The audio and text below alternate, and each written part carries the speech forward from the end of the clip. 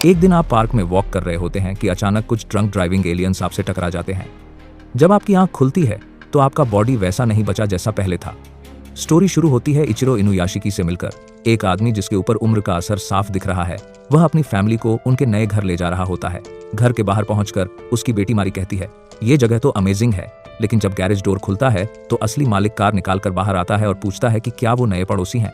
उसके जाने के बाद इचिरो की फैमिली को अपना असली छोटा सा घर देखकर बुरा लगता है। अंदर उसकी वाइफ मैरी सजेस्ट करती है कि वो खाना लेने चलें, जबकि इचिरो अकेला अनपैकिंग करता रहता है। उसकी लोअर बैक पेन की वजह से वो रुकता है और अपनी पॉकेट से एक लेटर निकालता है जिसमें लिखा है कि अगले दिन फॉलो अप एग्जामिनेशन जरूरी है।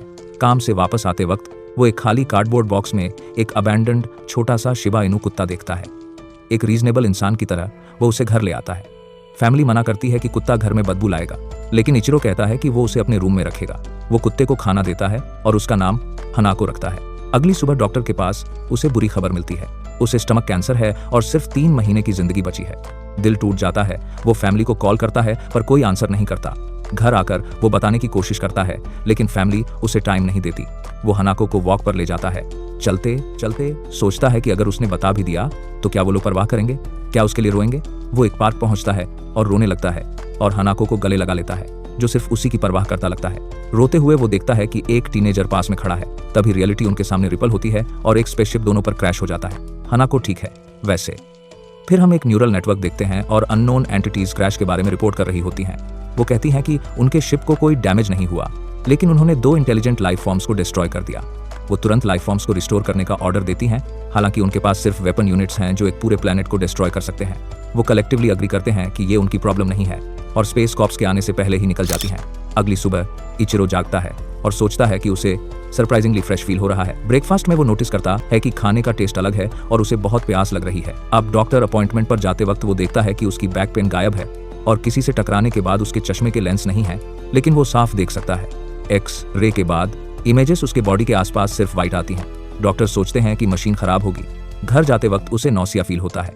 वो अपना फोन निकालता है और स्क्रीन ब्लैंक देखता है। उसे लगता है कि कुछ गड़बड़ है। अपने रूम में वो हथौड़े से अपना फोन तोड़ता है। अंदर कोई इलेक्ट्रॉनिक्स नहीं, सिर्फ एक खाली केस। अचानक उसका आर्म स्टीम करने लगता है और वो फ्रीक आउट हो जाता है। ये रुकता है और वो खुद को और हनाको को शांत करने की कोशिश करता है। जब हनाको उसे चाटती है तो वो और ज्यादा फ्रीक आउट हो जाता है। वो अपना आर्म हिलाता है और जो कुछ भी उसने आज खाया था वो सब दीवार पर शूट हो जाता है, जो शायद अभी भी टेस्टी लगता है। उसका आर्म नॉर्मल हो जाता है और वो अपने आप पर इन्वेस्टिगेशन शुरू करता है। वो अपने बॉडी के रैंडम पार्ट्स को प्रेस करता है।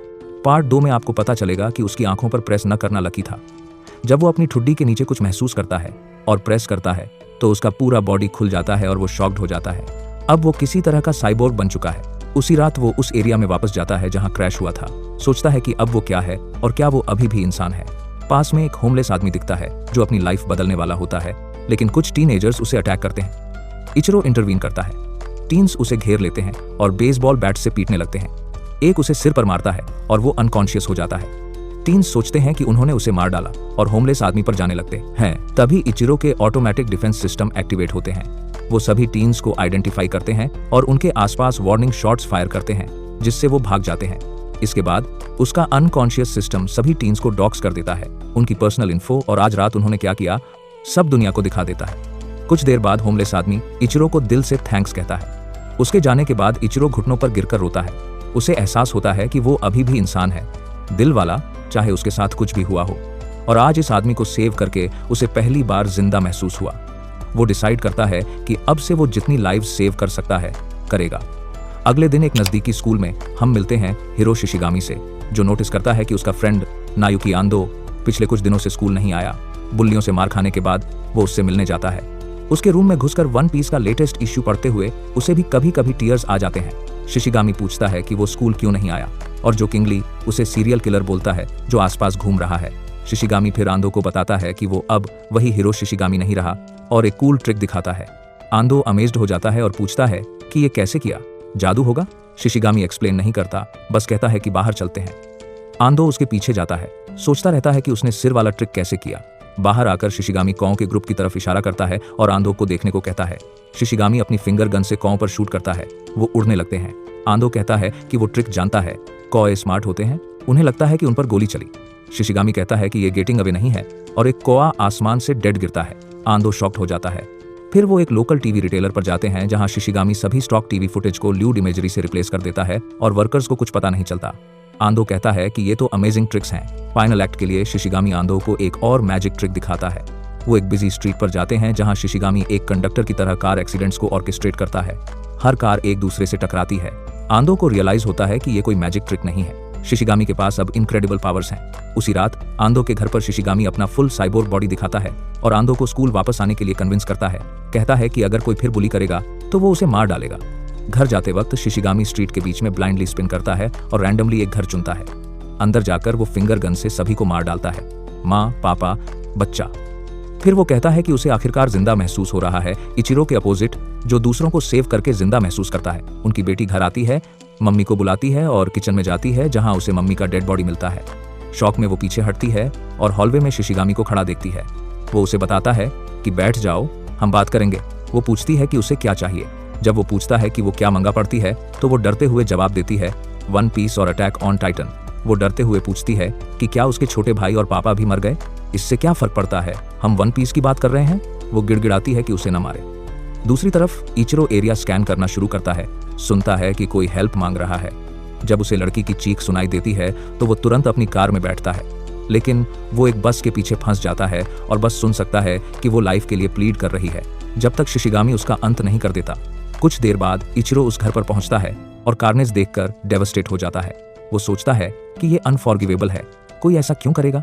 तभी हम शिशिगामी को खुद से बातें करते सुनते हैं कि शायद उसने दादाजी को मिस कर दिया और बिना रुके वो हर किसी को हेडशॉट मारता है। वो घर से निकलता है और इचिरो बाहर आता है। शिशिगामी टर्न करता है, सोचता है कि ये कौन है और तेजी से निकल जाता है। इचिरो रियलाइज करता है कि ये वही दूसरा व्यक्ति होगा जिसके साथ वो उस रात क्रैश हुआ था। कुछ दिन बाद काम से वापस आते वक्त इचिरो देखता है कि कुछ ठग टैक्सी लाइन में लोगों के आगे कट जाते हैं।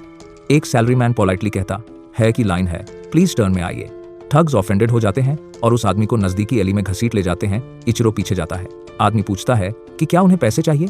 वो कहते हैं कि अब बहुत लेट हो गया, अब वो उसे मार डालेंगे। आदमी सॉरी कहता है, माफी मांगता है, कहता है कि उसकी वाइफ और चाइल्ड है, लेकिन उन्हें फर्क नहीं पड़ता। जब वो पंच मारने वाले होते हैं इचिरो बोलता है कि आदमी सेफ्टी में चला जाए, वो संभाल लेगा। वो फाइटिंग स्टांस लेता है। थग्स हंसते हैं। वो चार्ज करता है विंडमिल मूवमेंट के साथ। एक उसे स्टमक में हिट करता है और वो काउंटर करता है। थग को सिक फ्लिप्स करवा देता है। फिर बाकी भी अटैक करते हैं। इचिरो का फॉर्म बेस्ट नहीं है, लेकिन उसे सिर्फ एक गुड हिट चाहिए ताकि वो सबको उड़ा सके। जल्दी ही सभी ठग्स डाउन हो जाते हैं। टैक्सी लाइन पर सैलरीमैन इचिरो को थैंक्स कहता है। इचिरो कहता है कि वो खुश है कि वो सेफ है। जाते वक्त वो फिर से सुनता है कि कोई ट्रबल में है। एक घर में फायर है और फैमिली चीख रही है। वो घर ढूंढता है और डरता है कि वो लेट हो जाएगा। फिर उसे याद आता है कि शिशिगामी कैसे फ्लाइंग कर गया था, तो शायद वो भी कर सकता है। वो डेस्परेटली कोशिश करता है, लेकिन काम नहीं करता। जब तक वो एस्ट्रो बॉय थीम सॉन्ग गाना शुरू नहीं करता। उसकी बैग खुलती है, जेट्स निकलते हैं और वो ब्लास्ट ऑफ करता है। पहले कंट्रोल करना मुश्किल होता है, लेकिन आखिरकार वो बर्निंग हाउस पहुंच जाता है। वो अंदर जाता है, फादर को बाहर निकालता है और पूछता है कि क्या कोई अंदर है। ग्रैंडम दर। फादर थैंक्स कहता है। इचिरो कहता है कि जरूरत नहीं, बस प्लीज पुलिस या किसी को उसके बारे में न बताएं। जब इचिरो दूर पहुंच जाता है तो वो रोते हुए कहता है, थैंक गॉड। वो इतना खुश है कि वो सभी को सेव कर पाया। दूसरी तरफ शिशिगामी आंदो को स्कूल आने के लिए कन्विंस करता है और कहता है कि वो उसे प्रोटेक्ट करेगा। स्कूल पहुंचने पर बुल्लियों को पता चलता है कि आंदो वापस आया है। वो उसे रूफटॉप पर ले जाने की कोशिश करते हैं ताकि फिर पीट सकें। शिशिगामी इंटरवीन करता है और कहता है कि नॉक इट ऑफ। एक बुली कहता है कि शिशिगामी भी आएगा। शिशिगामी उसका हैंड पकड़ता है गोरिल्ला ग्रिप के साथ और उसे ग्राउंड पर डाल देता है। कहता है कि आंदो से सॉरी बोलो और प्रॉमिस करो कि फिर कभी उसके पास नहीं आओगे। बुली रिलक्टेंटली नंबर 3 पॉइंट कोड करते हैं, ए कहाँ ग्रिप के पास नहीं आओगे करता है। सभी फ्रेंड्स शॉक्ड। उसी दिन स्कूल के बाद शिशिगामी आंदो को स्कूल के रूफटॉप पर ले जाता है। उसे बाइनोकुलर्स देता है और बताता है कि बुल्लियां कहाँ हैं। आंदो उन्हें ढूंढने की कोशिश करता है। तभी हम सुनते हैं कि आंदो पूछता है कि वो क्या कर रहा है। जब वो देखता है शिशिगामी ने उन बुल्लियों को मार डाला है जो पहले थीं। घर जाते वक्त शिशिगामी अपनी फुल एबिलिटीज एक्सप्लेन करता है। वो सभी इंटरनेट मैसेजिंग सर्विसेज को टैप कर सकता है, सभी इलेक्ट्रॉनिक्स को फुली कंट्रोल कर सकता है और शायद यूएसए से चाइना तक न्यूक भी भेज सकता है अगर वो चाहे। उस दोपहर आंदो शिशिगामी को बताता है कि वो अब उसके साथ फ्रेंड नहीं रह सकता। वो किसी को फ्रेंड नहीं बना सकता जो इतनी आसानी से किल कर दे, और कहता है कि वो कभी उसके पास ना आए। शिशिगामी समझ नहीं पाता कि इससे प्रॉब्लम क्यों है, लेकिन अग्री करता है। बस स्कूल मत छोड़ना कहकर चला जाता है। दूसरी तरफ काम से वापस आते वक्त इचिरो एक बिल्ली और उसके किटन को स्ट्रीट पर देखता है। उसे लगता है कि उसे हनाको को वॉक पर ले जाना चाहिए। घर पहुंचने पर वो सुनता है कि एक कार ने कुछ हिट किया। वो टर्न करता है और देखता है कि एक कुत्ता हिट हुआ है।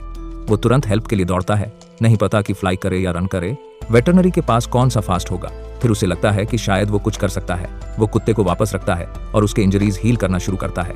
कुत्ता अपनी आंखें खोलता है और कंप्लीटली फाइन लगता है। फिर वो एक नजदीकी हॉस्पिटल जाता है और जितने लोगों को कैंसर या अन्य लाइफ थ्रेटनिंग कंडीशंस हैं उन्हें हील करना शुरू कर देता है।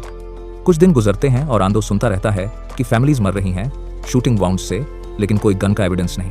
वो पुलिस को कॉल करता है लेकिन शिशिगामी को रैट आउट नहीं कर पाता। वो रिसर्च करता है कि शिशिगामी ऐसा कैसे बना। वो एक न्यूज स्टोरी पढ़ता है कि टोक्यो में मिराकल्स हो रहे हैं, सीरियस इलनेस वाले पेशेंट्स अचानक और अनएक्सप्लेनेबली क्योर हो रहे हैं। उसे याद आता है जब शिशिगामी ने उसे अपनी पावर्स के बारे में बताया था। आंदो को पेपर कट हुआ था जो शिशिगामी ने तुरंत हील कर दिया था। वो सोचता है कि क्या वही ये कर रहा है, कुछ लोगों की लाइफ सेव कर रहा है और दूसरों को किल कर रहा है, लेकिन कंक्लूड करता है कि ये वो नहीं करेगा। फिर उसे लगता है कि जरूर कोई और होगा जिसके पास शिशिगामी जैसी पावर्स हैं, लेकिन वो उल्टा कर रहा है, लोगों को हेल्प कर रहा है, हर्ट नहीं। लेकिन उसे नहीं पता कि वो पर्सन है भी या नहीं। उसे याद आता है कि शिशिगामी ने कहा था कि वो हर किसी की बात सुन सकता है, चाहे कितनी भी क्वाइट हो। तो आंदो अपने रूम में चीखना शुरू कर देता है कि कोई उसे मारने वाला है। कुछ नहीं होता। अपने रूम मुदंदन जब डोरबेल बजता है और हम कंफ्यूज्ड इचिरो को आंदो की मम्मी से बात करते सुनते हैं कि क्या सब ठीक है। आंदो दौड़कर नीचे और बाहर जाता है और अमेज्ड होता है कि सच में शिशिगामी जैसा दूसरा पर्सन है। वो इचिरो से पूछता है कि वो शर्टलेस इसलिए है क्योंकि वो फ्लाई करके आया है ना। इचिरो कंफ्यूज हो जाता है और पूछता है कि उसे कैसे पता। आंदो उसे अपने रूम में इनवाइट करता है और पूछता है कि क्या वो साइबोर्ग है। इचिरो शॉक्ड होता है, लेकिन आंदो बताता है कि उसका चाइल्डहुड फ्रेंड भी वही है। वो आंदो से पूछता है कि क्या उसे पता है कि शिशिगामी क्या कर रहा है, और आंदो एडमिट करता है कि हाँ। इचिरो कहता है कि उसने जो किया है वो अनफॉरगिवेबल है और उसे रोकना होगा। आंदो फिर पूछता है कि हॉस्पिटल्स में जो मिराकल्स हो रहे हैं क्या वो उसकी वजह से हैं। इचिरो एडमिट करता है कि हाँ, और आंदो सोचता है कि ये अमेजिंग है। उसे रियल लाइफ सुपर हीरो कहता है और टीयर अप हो जाता है। आंदो उससे प्लीज करता है कि वो शिशिगामी को रोके और वो किसी भी तरह हेल्प करेगा। इचिरो एडमिट करता है कि शायद उसे अपने चाइल्डहुड फ्रेंड को किल करना पड़े और पूछता है कि क्या आंदो अभी भी हेल्प करना चाहेगा। वो रिप्लाई करता है कि अब वो वही हीरो नहीं रहा जिसके साथ वो बड़ा हुआ, अब वो सिर्फ एक मॉन्स्टर है। इचिरो एडमिट करता है कि असली वजह जिसकी वजह से वो लोगों को हेल्प कर रहा है और लाइव्स सेव कर रहा है वो ये है कि वो डरता है कि शायद वो भी एक मॉन्स्ट्रस सोलेस मशीन बन गया हो। आंदो कहता है कि वो किसी से ज्यादा ह्यूमन है और अपनी लाइफ दे देगा अगर कुछ भी हेल्प कर सके। अगले दिन स्कूल के बाद शिशिगामी की क्लासमेट शियन वतानाबे उसके पास आती है और कहती है कि उसने देखा कि उसने आंदो के लिए स्टैंड लिया था जो उसे रियली कूल लगा, और वो कन्फेस करती है कि उसे उससे फीलिंग्स हैं इस आदमी को। उसी रात जब वो बेड पर जाने वाला होता है, शिशिगामी की मम्मी कहती है कि उसे कुछ बताना है। वो एक्सप्लेन करती है कि वो आज हॉस्पिटल गई थी और हेसिटेशन के बाद बताती है कि उसे पैंक्रियाटिक कैंसर है और ये लंग्स तक फैल गया है। उसे सिर्फ 1 महीना मिला है और डॉक्टर्स कुछ नहीं कर सकते। वो कहती है कि जब वो चली जाए तो वो अपने पापा और उनकी फैमिली के साथ रह सकता है और प्लीज हाई स्कूल न छोड़े। वो उसे गले लगाकर रोता है और कहता है कि वो उसे मरने नहीं देगा। उसे पता नहीं कि वो लिटरली मतलब ले रहा है। इस बीच आंदो इचिरो के साथ एक वैकेंट जंकयार्ड जाता है उसकी कॉम्बैट एबिलिटीज होन करने में हेल्प करने के लिए। वो कॉम्पैक्टेड मेटल का स्टैक असेंबल करते हैं टारगेट प्रैक्टिस के लिए, लेकिन इचिरो जैसे रियल मैन सिर्फ फिस्ट इस्तेमाल जानता है। टाइम लगता है, लेकिन आंदो को याद आती हैं वो चीजें जो शिशिगामी ने बताई थीं कि उसका बॉडी कैसे काम करता है, और वो उसके आर्म को फुल कैनन में ट्रिगर कर पाते हैं। शूट करने के बाद कॉम्पैक्टेड मेटल एक डीप क्रेटर में बदल जाता है। अगली सुबह शिशिगामी और उसकी मम्मी न्यूज देख रहे होते हैं हाल ही में फैमिलीज के मर्डर के बारे में। मम्मी पूछती है कि कोई इतना हॉरिबल कैसे हो सकता है। कहती है कि ऐसे आदमी को सीधे हेल भेज देना चाहिए। शिशिगामी पूछता है कि क्या अगर वो ही वो करता, और वो कहती है कि वो उसके साथ ग्रेव में भी जाएगी। बाद में स्कूल में शिशिगामी को फोन कॉल आती है और अब वो सिर्फ अपना हैंड इस्तेमाल करता है जैसे फोन हो उसकी मम्मी की तरफ से, जो बताती है कि एक मिराकल हुआ और अब वो कैंसर फ्री है। उस रात शिशिगामी प्रॉमिस करता है कि अब से वो लोगों को किल करना बंद कर देगा। वो डन है इसके साथ। जब सुबह आती है, डोरबेल बजता है। उसकी मम्मी डोर खोलती है और पुलिस अंदर घुस आती है। हे थैंक्स फॉर वॉचिंग। ये था पार्ट 1। पार्ट 2 जल्द आ रहा है। सब्सक्राइब जरूर करें ताकि मिस ना हो जब वो आए।